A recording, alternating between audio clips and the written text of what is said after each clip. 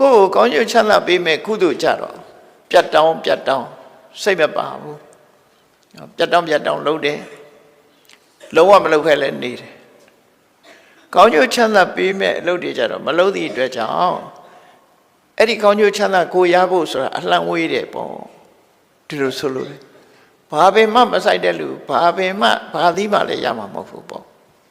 နော်ဘာအစိမ့်မှမဆိုင်ဘာပင်မှလည်းပေါက်မှာမဟုတ်ဘူးပေါ့အဲ့တော့ကောင်းမှုမလုပ်လို့ရှိရင်ကောင်းကျိုးချမ်းသာပေးမဲ့အရာကကိုယ့်ဘဝမှာပေါက်လာမှာမဟုတ်ဘူးပေါ့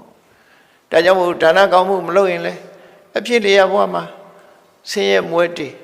စားစရာမရှိတဲ့အနေအထားမျိုးနော်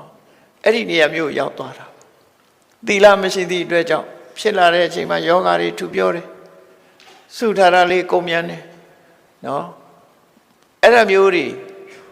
သီလပြတ်သွားပြီဆိုရင်လည်းပဲသီလပြတ်ခြင်းရဲ့ဆိုးကျိုးတွေဟာကိုယ်စီရောက်လာမှာပဲဒီလိုဆိုလို့ရပေါ့နော်ဆိုးကျိုးတွေသာရပြီကောင်းကျိုးကကိုယ်စီမှာမရောက်လာဘူးတဲ့အဲ့ဒီပမာဒဆိုတဲ့အဆိုးတရားကိုအပမာဒလို့ဆိုတဲ့ကုသိုလ်တရားပေါ်